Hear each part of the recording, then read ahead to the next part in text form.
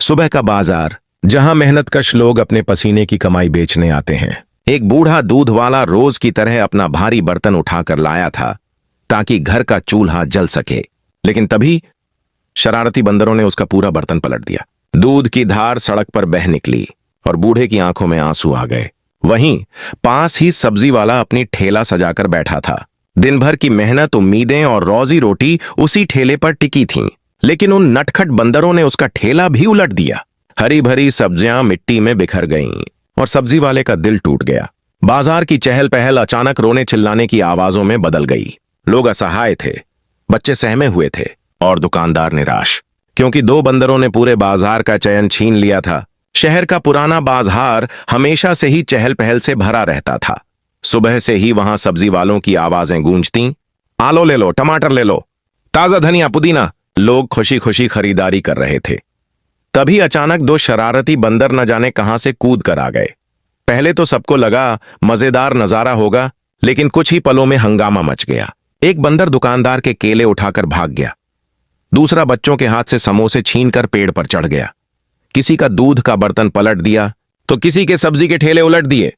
बाजार की भागदौड़ अचानक अफरा तफरी में बदल गई। लोग चिल्ला रहे थे, अरे कोई इन्हें भगाओ! हाय राम, सब्जियां बर्बाद कर दी। ये बंदर तो दिन पर दिन सिर चढ़ते जा रहे हैं। लेकिन डर के मारे कोई आगे नहीं बढ़ा। इसी अफरा तफरी के बीच भीड़ से रास्ता बनाते हुए एक कॉलेज की लड़की आई। उसका नाम सिमरन था। वह पास ही के कॉलेज में पढ़ाई करती थी। सिमरन साधारण कपड़े पहने थी, लेकिन उसकी आंखों में आत्मविश्वास और चेहरे पर सख्त इरादा झलक रहा था। उसने चारों ओर देखा। महिलाएं अपने बच्चों को छुपा रही थीं, बुजुर्ग लोग घबराकर किनारे हो रहे थे और दुकानदार अपने सामान को बचाने की कोशिश कर रहे थे। सिमरन ने गहरी सांस ली और मन ही मन कहा, डरने से ये बंदर और बिगड़ेंगे, किसी को तो आगे आना ही होगा। एक बंदर सब्जियों का टोकरी उठाकर भागा। सिमरन तेजी से उसके सामने पहुंची और हाथ बढ़ाकर टोकरी छीन ली। बंदर चौंक गया।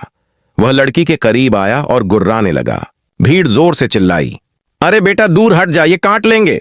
पागल हो गई है क्या? लेकिन सिमरन अडिग खड़ी रही। वह डरी नहीं।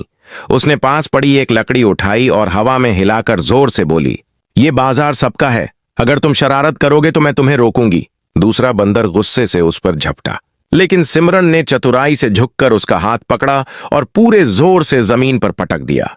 बंदर कराहता हुआ भाग खड़ा हुआ। यह नजारा देखकर लोग हैरान रह गए। वाह, ये लड़की तो शेरनी है। कमाल कर दिया बिटिया ने, आज इन बंदरों को सबक मिल गया।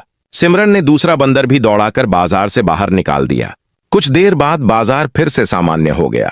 दुकानदारों ने राहत की सांस ली। सब्जी वाले ने मुस्कुराकर कहा, बिटिया तूने तो हमारी इज्जत बचा ली, आज तू ना होती तो ये सब बर्बाद कर देते। सिमरन ने मुस्कुराते हुए जवाब दिया, अंकल हमें डर कर पीछे नहीं हटना चाहिए। मुश्किल चाहे कैसी भी हो, अगर हिम्मत दिखाओगे तो डर भाग जाएगा। उसकी बात सुनकर सबकी आंखों में चमक आ गई। बच्चों ने ताली बजाई और लोग गर्व से बोले, आज से ये हमारी बाजार की शान है।